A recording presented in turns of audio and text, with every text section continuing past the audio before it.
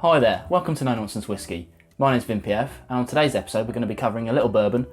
Might not be known in the UK, but I think it's quite well known over in America, and that's the W.O. Weller Special Reserve.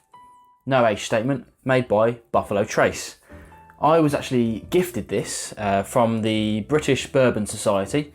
They're a Facebook group who do lots of tastings around bourbon and other things. It's a really good group. But every year at Christmas time they do a Secret Santa and allegedly keep to a £30 limit kind of for a bottle or samples or whatever.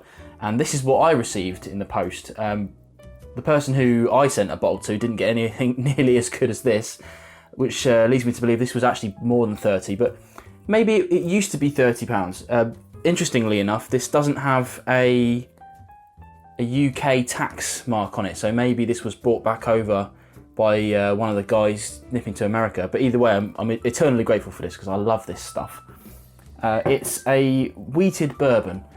And what that means, if you're not sure about your bourbons, especially the staple of bourbon is 51% corn minimum, and then after that you can kind of do what you want. Sometimes I think you have to have a bit of malted barley in there anyway, but that might be the rules. This is a wheated bourbon, so they haven't disclosed their specific mash bill, but so they've got their minimum 51% corn, could be more, probably is 51%.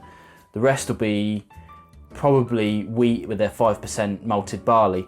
Again, they haven't released their mash bill for it, which is unusual for Buffalo Trace. I think they're usually pretty good at unveiling their specifics about what they do. But yeah, so this is meant to be about £30, but in the UK you can't really get this anymore. If you can get it, it's going up to over 50. It's a lot of money. This is a 750ml bottle as well, so more clues that lead me to think this wasn't sold specifically in this country.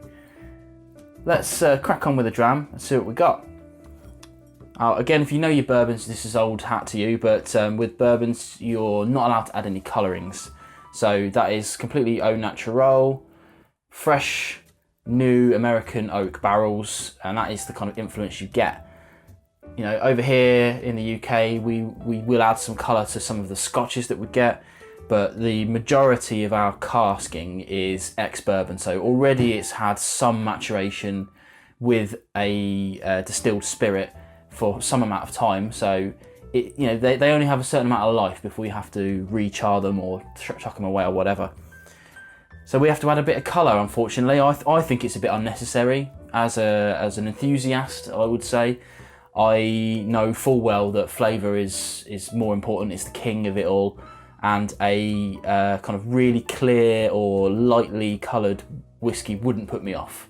And I certainly have been burned in the past by some really beautiful coloured whiskey, but it has been coloured, so irrelevant. You know what distillery I'm talking about as well. Let's crack on with the bourbon anyway and see where we're at with the nose. Now, over the last couple of years I've been really getting into bourbons. It's a flavour and a smell that you really don't get in Scotch, and you will either love it or hate it, you know. But you get massive amounts of oak, vanillas, bit of honey. This smells different to your kind of standard bourbons because will have less corn, more wheat, so it's a little bit sweeter. Let's try the palate.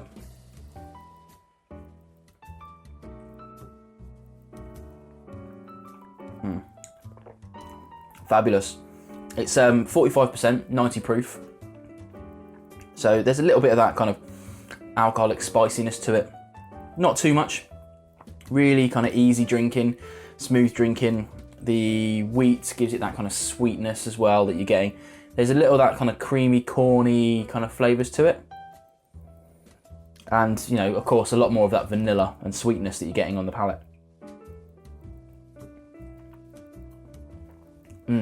Yeah, I mean, I'm really getting into my bourbons, as I said earlier, but wheated bourbons specifically, there aren't that many in comparison, anyway, into standard bourbons, but they're just really easy drinking. It's a shame that stuff like this isn't more readily available over here. I'm not sure if they do any more releases of this. It's probably one of those yearly release things.